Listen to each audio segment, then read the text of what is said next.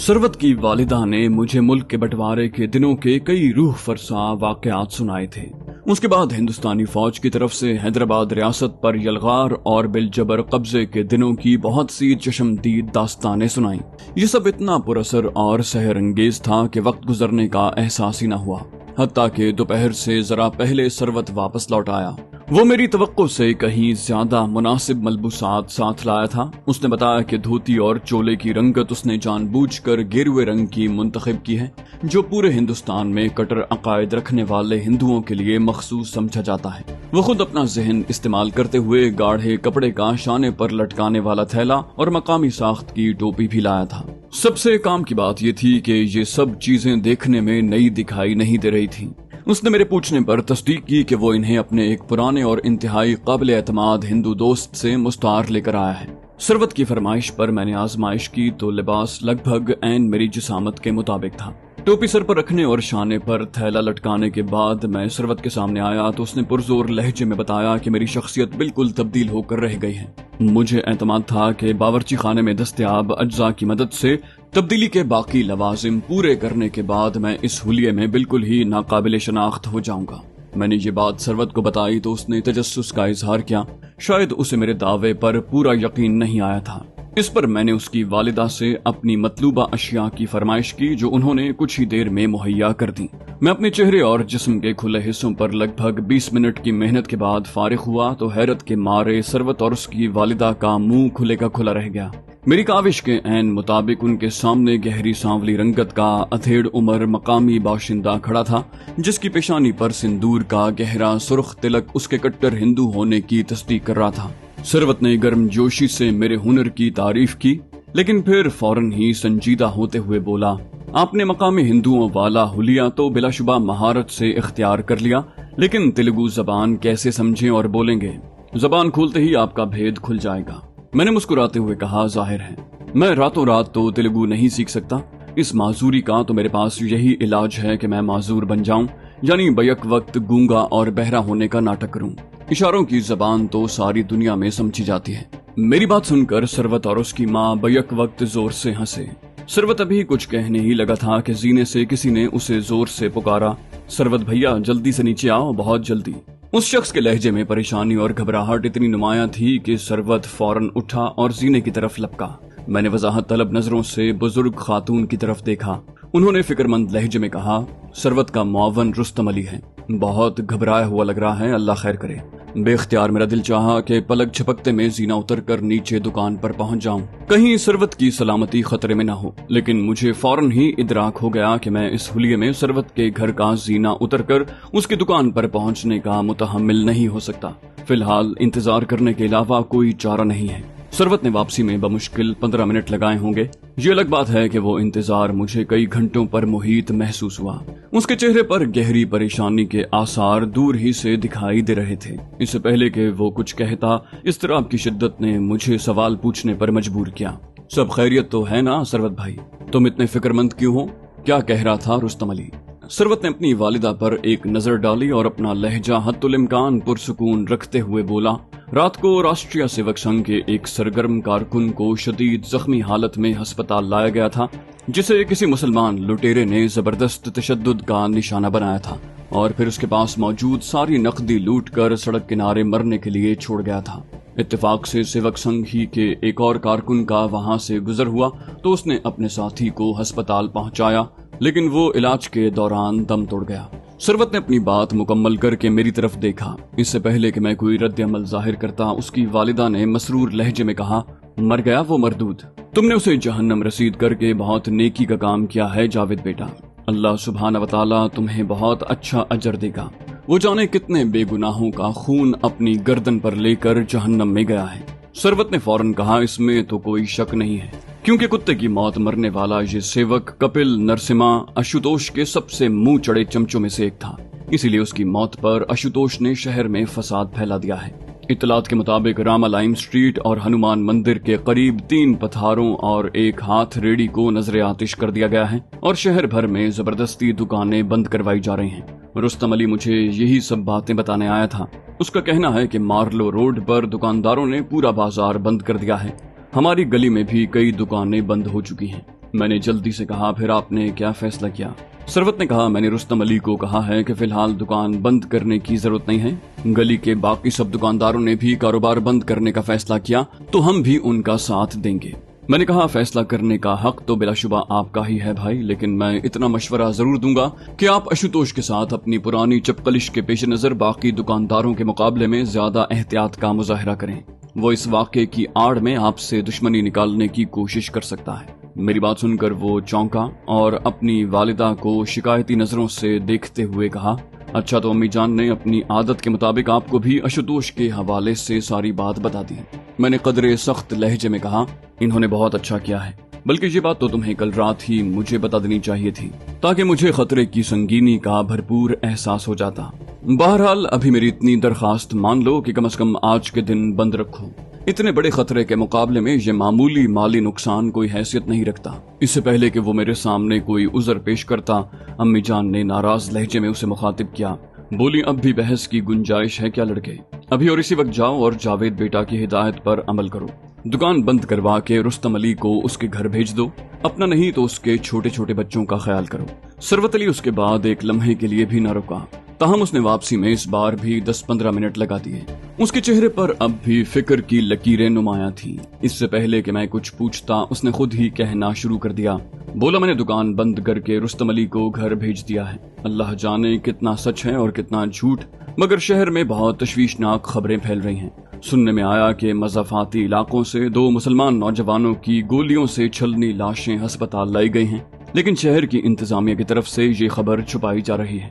اطلاعات کے مطابق آج شام اراپلی اپنے چمچے کپل نرسما کے کریا کرم میں حصہ لینے کے لیے محبوب نگر پہنچ رہا ہے، اور افواہیں گردش کر رہی ہیں کہ آج رات سیوک سنگھ کی طرف سے مسلم اکثریتی محلوں پر حملے کر کے قتل و غارت کا بازار گرم کیا جائے گا۔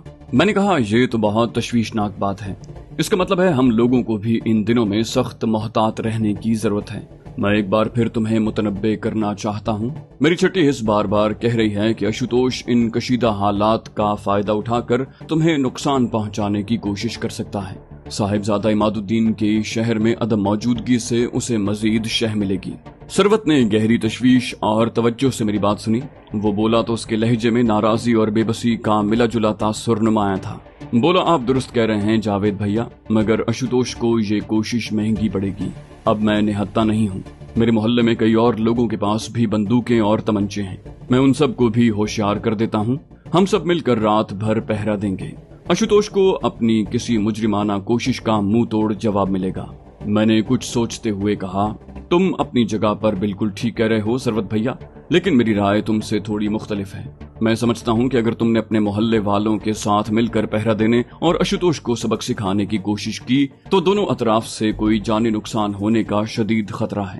اس کے بعد یہ معاملہ واضح طور پر ہندو مسلم فساد بن جائے گا، اور اس طرح اراپلی اور اشوتوش کی دلی خواہش پوری ہو جائے گی اور انہیں بلوے کر کے زیادہ سے زیادہ نہتے مسلمانوں کی جان لینے کا موقع مل جائے گا، حالانکہ در حقیقت یہ ساری کارروائی یک طرفہ ہی ہوگی۔ ثروت نے میری بات پر کچھ دیر غور کرنے کے بعد کہا آپ کی بات میں بہت وزن ہے جاوید بھیا، اگر یہ بدماش ٹولہ ہندو مسلم فساد کی آگ بھڑکانے میں اور اس کی آڑ میں خون کی ہولی کھیلنے میں کامیاب ہو گیا تو ان کی صاحبزادہ کو پیشہ ورانہ طور پر ناکام ثابت کرنے کی سازش بھی خود بخود کامیابی سے ہمکنار ہو جائے گی۔ اگر خدا نخواستہ صاحبزادہ کا یہاں سے تبادلہ یقینی ہو گیا یا حاکم بدہن ان کی معطلی یا برطرفی ہو گئی تو محبوب نگر کی پوری مسلمان آبادی راشٹریہ سیوک سنگھ کے بھیڑیا صفت بدماشوں کے رحم و کرم پر آ جائے گی۔ ثروت نے جس پہلو کی طرف اشارہ کیا اس طرف تو میرا دھیان ہی نہیں گیا تھا۔ مجھے بخوبی اندازہ ہو گیا کہ صورتحال میرے اندازے سے کہیں زیادہ خطرناک ہے اور بہت سوچ سمجھ کر قدم اٹھانے کی ضرورت ہے۔ ادھر ثروت کہہ رہا تھا اگر محلے والوں کو خطرے کا احساس دلا کر چوکی پہرا نہیں بٹھانا تو میرا خیال ہے پھر ہمیں خود آج ساری رات باری باری جاگ کر نگرانی کرنی پڑے گی۔ میں نے فوراً کہا باری باری جاگنے کی کیا ضرورت ہے، میں رات بھر جاگنے کا عادی ہوں، اکیلا صبح تک پہرا دے لوں گا، آپ بس اپنا تمنچہ میرے حوالے کر دیں، میں خود سب سنبھال لوں گا، آپ فکر نہ کریں، مجھے تمنچہ چلانے میں خوب مہارت حاصل ہے اور میرا نشانہ بھی بہت اچوک ہے۔ یہ الگ بات ہے کہ اگر بدماشوں نے واقعی ہمارے اندیشوں کے مطابق کسی خطرناک ارادے سے آپ کے ٹھکانے کا رخ کیا تو میں انہیں ہلاک یا زخمی کرنے کی بجائے صرف ڈرا کر بھگانے کی کوشش کروں گا۔ اصل مقصد صرف یہ پیغام پہنچانا ہے کہ ہم پوری طرح چوکنا ہیں اور ہمیں غافل سمجھنے کی غلطی انہیں بہت مہنگی پڑ سکتی ہے۔ ثروت نے میری بات سن کر مسرور لہجے میں کہا، یہ تو بہت حوصلہ افزا بات ہے، مجھے تو تمنچہ چلانے اور نشانہ لگانے کی بس برائے نام ہی مشق ہے، بہتر ہوگا کہ میرا تمنچہ آپ اپنے پاس ہی رکھیں۔ میں نے کہا، کاش ان سنگین حالات میں ہم دونوں کے پاس تمنچہ ہوتا تاکہ ہم ایک دوسرے کو بیک اپ فراہم کر سکتے۔ ہم میں سے کوئی ایک تمنچے کے ساتھ باہر کے حالات کا جائزہ لینے جاتا تو یہاں کے تحفظ کے لیے بھی کوئی آتشی ہتھیار دستیاب ہوتا۔ میری بات سن کر ثروت کچھ ہچکچایا، پھر اس نے پرعزم لہجے میں کہا، میں نہیں سمجھتا کہ آپ سے مجھے کچھ پوشیدہ رکھنے کی ضرورت ہے۔ دراصل میرے پاس ایک اور تمنچہ بھی موجود ہے جو میں نے صاحبزادہ سے چھپا کر حیدرآباد کے اسی اسلحہ بیوپاری سے خریدا تھا، اور اس کا کہیں اندراج نہیں ہے، اور ظاہر ہے اس کا الگ سے کوئی پرمٹ یا لائسنس بھی نہیں بنوایا گیا۔ وہ تمنچہ میں نے ایسی ناگہانی صورتحال کے پیش نظر خریدا تھا جب لائسنس والا تمنچہ دفاع کے لیے کافی نہ ہو۔ آپ میرا وہ تمنچہ بے شک مستقلاً اپنی تحویل میں لے لیں، اس کی کارکردگی بھی بہت عمدہ ہے۔ اس کی زبان سے نکلنے والا ہر لفظ مجھے توانائی میں اضافہ کرتا محسوس ہوا۔ میں محبوب نگر میں انتہا پسند ہندوؤں کی غنڈہ گردی بلکہ اندھیر گردی سے آگاہ ہونے کے بعد سے ہی اپنے لیے اسلحے کی شدید ضرورت محسوس کر رہا تھا۔ ثروت کے پاس لائسنس یافتہ پستول کی موجودگی سے واقف ہونے کے بعد مجھے کچھ اطمینان ضرور محسوس ہوا تھا، لیکن تشنگی باقی تھی۔ پولیس کے پاس مندرج ثروت کے پستول کو میں اپنی مرضی کے مطابق استعمال نہیں کر سکتا تھا۔ اس طرح ثروت قانون کے شکنجے میں پھنس سکتا تھا۔ تاہم ثروت کی دور اندیشی نے میرا یہ مسئلہ حل کر دیا تھا۔ قدر توقف کے بعد ثروت نے اپنی جیب سے کنجی نکال کر ایک الماری میں لگا قفل کھولا اور کچھ ہی دیر میں دو ایک جیسے ولایتی پستول میرے سامنے موجود تھے۔ میں نے ان میں سے ایک کو اٹھا کر جائزہ لیا۔ اس کی نفیس ساخت نے مجھے بہت متاثر کیا۔ اپنی جسامت کے مقابلے میں وہ مجھے خاصا ہلکا لگا۔ اس دوران میں ثروت گولیوں کا ڈبہ بھی نکال لایا تھا اور کافی مہارت سے میگزین لوڈ کرنے میں لگ گیا تھا۔ اس نے سر اٹھا کر مجھے دیکھا، بولا، آپ ان میں سے جسے چاہیں اپنے لیے منتخب کر سکتے ہیں۔ میں نے کہا، وہ تو ٹھیک ہے، لیکن میرا مشورہ ہے کہ اپنا پستول لوڈ کر کے ہمیشہ اپنی رسائی میں رکھا کریں۔ دشمن الماری کھول کر اسلحہ نکالنے کی مہلت نہیں دیتا۔ اس نے اس بات میں سر ہلایا، بولا، پہلے میں دکان میں ہر وقت لوڈ حالت میں رکھتا تھا، مگر پھر حالات بہتر ہو گئے تو سہل پسندی آ گئی۔ آئندہ میں آپ کے مشورے پر عمل کروں گا۔ میں نے کہا، چلو ٹھیک ہے، اب یہ بتاؤ کہ کیا تم نے اراپلی راگھون کو دیکھا ہے؟ میرا مطلب ہے آپ مجھے اس کی شکل و صورت اور حلیے کی کچھ ایسی خاص باتیں بتا سکتے ہو جن کی مدد سے میں اسے بآسانی پہچان سکوں۔ ثروت نے پرجوش لہجے میں کہا، ہاں ضرور، میں نے اراپلی کو کئی بار قریب سے دیکھا ہے۔ اس کی عمر 45 سال رہی ہوگی، پستہ قامت لیکن ہٹا کٹا، سانولاہٹ مائل گندمی رنگ۔ میں نے اسے ہر بار مذہبی جلوسوں اور تقریبات میں دیکھا ہے، شاید اس لیے وہ مجھے مخصوص بسنتی لباس میں ہی نظر آیا ہے۔ سر ہمیشہ منڈا ہوا، چٹیا سے خالی، پیشانی پر 3 عمودی سرخ لکیریں اور درمیانی لکیر پر لمبوترا سرخ تلک۔ دایاں کاندھا ہمیشہ کھلا رہتا ہے۔ وہ ہندی جانتا ہے مگر صرف تیلگو میں بات کرتا ہے۔ میں نے ثروت کی بتائی ہوئی ہر بات غور سے سنی اور ذہن نشین کر لی۔ پھر میں نے پوچھا، وہ جس طرح کی زندگی گزار رہا ہے اس کے لحاظ سے اس کی حفاظت کے تو کڑے انتظامات کیے جاتے ہوں گے؟ ثروت نے ایک بار پھر ہاں میں گردن ہلائی، بولا، میرا اندازہ ہے وہ اپنے پاس بھی ہتھیار رکھتا ہوگا، تاہم اس کی حفاظت اور تمام معمولات کا بندوبست اس کے دستے راست اروند بھاسکر کے ہاتھ میں رہتا ہے۔ اراپلی کو بھی اس پر پورا بھروسہ ہے اور اکثر اسے ہی اپنی نمائندگی کے لیے چھوٹی بڑی تقاریب میں بھیج دیتا ہے۔ ثروت کی یہ بات مجھے دلچسپ لگی۔ میں نے کہا، اس کا مطلب ہے راشٹریہ سیوک سنگھ کے علاقائی رہنماؤں میں اروند بھاسکر ہی دوسرے نمبر پر ہے، یعنی اسے اراپلی کا جانشین قرار دیا جا سکتا ہے۔ ثروت نے میری تائید کی، بولا، آس پاس کے مسلم اقلیتی علاقوں کی مساجد پر قبضے کر کے انہیں مندروں میں تبدیل کرنے کی شیطانی حرکتوں میں اروند بھاسکر کو سب سے سرگرم بتایا جاتا ہے، اور مسجد خالی کروانے اور کسی مزاحمت کو بزور طاقت کچلنے کا کام دراصل یہ خبیث اروند ہی انجام دیتا ہے۔ خدا جانے اس کے ہاتھ کتنے بے گناہ مسلمانوں کے خون سے رنگے ہوئے ہیں۔ میں نے کچھ سوچتے ہوئے کہا، تم نے یقیناً اس اروند بھاسکر کو بھی قریب سے دیکھا ہوگا، مجھے ذرا اس کی شکل و شباہت اور حلیے سے بھی آگاہ کر دو تاکہ کسی وقت سامنا ہونے پر میں اسے بآسانی پہچان سکوں۔ ثروت نے کچھ سوچ کر کہا، اروند کا قد اراپلی سے لمبا اور عمر 5-7 سال کم ہوگی، دبلا پتلا کالا بھجنگ، رنگت بہت زیادہ سیاہ ہونے کی وجہ سے آنکھیں اور دانت کچھ زیادہ ہی چمکدار لگتی ہیں، خمدار چوڑا کھانڈا کمر سے باندھے رکھتا ہے، मेरा अंदाजा है तमंचा भी छुपा कर रखता होगा। हर वक्त 3-4 बंदूक बरदार मुहाफिज कारिंदे उन दोनों के साथ होते हैं जो अलग जीप में आगे चलते हैं। उनका काफिला अक्सर कई गाड़ियों पर मुश्तमिल होता है। मैंने कहा, इसका मतलब है आशुतोष तो उनके मुकाबले में महज मामूली मकामी लीडर है जिसका सारा असर रसूख सिर्फ महबूब नगर तक महदूद है। सरवत ने कुछ सोचकर कहा, मैं ऐसा नहीं समझता। आशुतोष मजहबी एतबार से अरापिली जितना बाअसर और सरगर्म नहीं है, लेकिन उसने अपना बदमाशों का मजबूत टोला बना रखा है जो उसके एक इशारे पर किसी भी खूंरेजी से गुरेज नहीं करते। यूं समझ लें कि उसके कारिंदे राष्ट्रीय सेवक संघ या दूसरे लफ्जों में अरापिली राघवन के इशारे पर जरूर चलते हैं, मगर दरअसल वो आशुतोष के जराइम पेशा कारिंदे ही हैं। मैंने पूछा, इसका मतलब है मेरे हाथों मारा जाने वाला कपिल भी आशुतोष का पालतू गुंडा ही था और उसकी मौत का फायदा उठाकर मुसलमानों के खिलाफ कार्रवाइयां करने के लिए सेवक संघ का कारिंदा जाहिर किया जा रहा है। सरवत बोला, आपने दुरुस्त कहा। मसलन कपिल और उसके साथ मिलकर आपको लूटने और कत्ल करने की नाकाम कोशिश करने वाले गुंडे आशीष छरीवाल का हिंदू धर्म से कुछ खास लेना देना नहीं। वो लूट के माल से खुद मजे करते और आपको कत्ल करके सेवक संघ का मकसद पूरा करते। ताहम ये दोनों आशुतोष के बहुत करीबी कारिंदे समझे जाते हैं और कपिल की मौत पर वो बिलाशुबा सख्त आग बगूला हो रहा होगा। मैंने कहा, और उधर अरापिली उसके गुस्से और इंतकाम की आग को अपने घिनौने मकसद के लिए इस्तेमाल करने के चक्कर में है। उनकी शैतानी कार्रवाइयों के नतीजे में मुसलमानों को जानी और माली नुकसान पहुंचने से न सिर्फ सेवक संघ की धाक बैठेगी बल्कि साहिबजादा की पेशावराना कारकर्दगी पर सवालिया निशान लगाना भी आसान हो जाएगा। यानी अरापिली राघवन एक तीर से कई शिकार खेलने में कामयाब हो जाएगा। सरवत ने फिक्रमंद लहजे में कहा, हाँ, और उसका खमियाजा सिर्फ और सिर्फ महबूब नगर के मजलूम मुसलमानों को भुगतना पड़ेगा। मैंने कहा, बिल्कुल यही बात है सरवत भैया। अगर वो इस बार अपने मकसद में कामयाब ना भी हो सके तो वो दोबारा मुस्लिम कुश फसाद करने का कोई रास्ता ढूंढ लेंगे। जब तक अरापिली नाम का ये हिंदू इंतहा पसंद लीडर और आशुतोष जैसा बदमाश इस शहर पर मुसल्लत है, यहाँ की मुसलमान आबादी चैन का सांस नहीं ले सकती। सरवत ने बुझे हुए लहजे में कहा, इस बात की सच्चाई में कोई शुबा नहीं।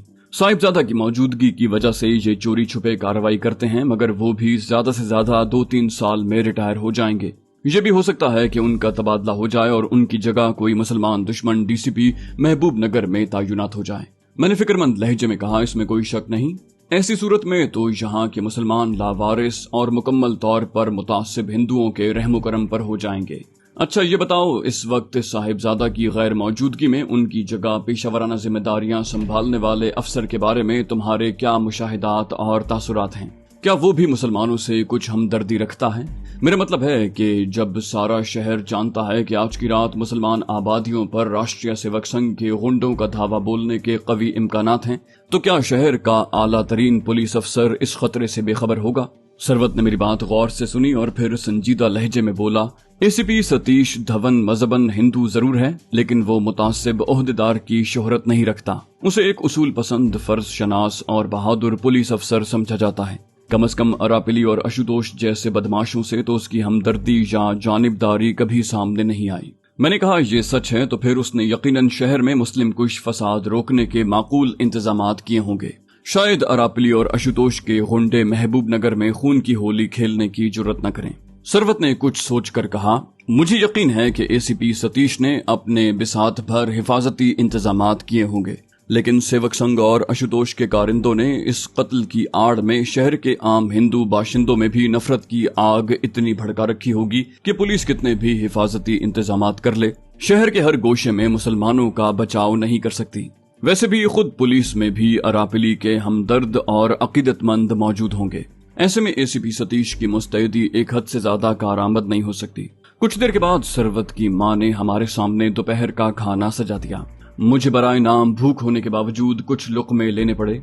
खाने से फारिग होने के बाद सरवत ने मुझसे हालात का जायजा लेने के लिए मोहल्ले में जाने की इजाजत तलब की। मैंने कहा, अभी दिन का वक्त है, लिहाजा बेशक जाओ, लेकिन तन्हा कहीं ठहरने से गुरेज करना और अपनी आंखें हर वक्त खुली रखना, क्योंकि मेरी राय में इस वक्त महबूब नगर में सबसे संगीन खतरा तुम्हें लाहक है। एहतियातन भरा हुआ तमंचा हर वक्त तुम्हारी पहुंच में होना चाहिए। उसने कहा, मैं आपकी हिदायत पर पूरा अमल करूंगा।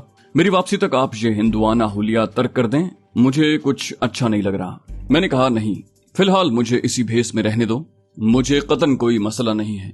वैसे भी मैं शाम ढले इस हुलिये में शहर का एक चक्कर लगाने का इरादा रखता हूँ। देखूं तो सही कि गिरदो निवाह की क्या सूरत हाल है। मेरी बात सुनकर सरवत चौंका, बोला ये आप क्या कह रहे हैं? मैंने आपको बताया तो है कि मैंने उसकी बात काट कर मुस्कुराते हुए कहा, भाई ये बताओ कि क्या महबूब नगर की हिंदू आबादी को भी मुसलमानों से खतरा है? मेरा मतलब है किसी मजहबी चपकलिश के मौके पर तुम लोग भी अपने मोहल्ले या इलाके के हिंदुओं को तशद्दुद या कत्ल गारत का निशाना बनाते हो। उसने पुरजोश अंदाज में नफी में सर हिलाया, बोला आम हिंदू बरादरी ने भला हमारा क्या बिगाड़ा है? हम क्यों किसी बेगुनाह की जान लें? मैंने हंसते हुए कहा, मुझे अगर मुसलमानों की तरफ से कोई खतरा नहीं तो फिर मुझे तुम शहर का चक्कर लगाने से क्यों रोक रहे हो भैया? जाहिर है हिंदू इंतहा पसंदों से किसी हिंदू यानी माँ बदौलत को क्या खतरा हो सकता है? उसने मेरी बात का वजन जांच कर कहा, ये तो हकीकत है, लेकिन फिर भी मेरा मशवरा है कि आप भी भरा हुआ तमंचा साथ लेकर घर से निकलिएगा। कोई भरोसा नहीं कि किन हालात का सामना करना पड़ जाए।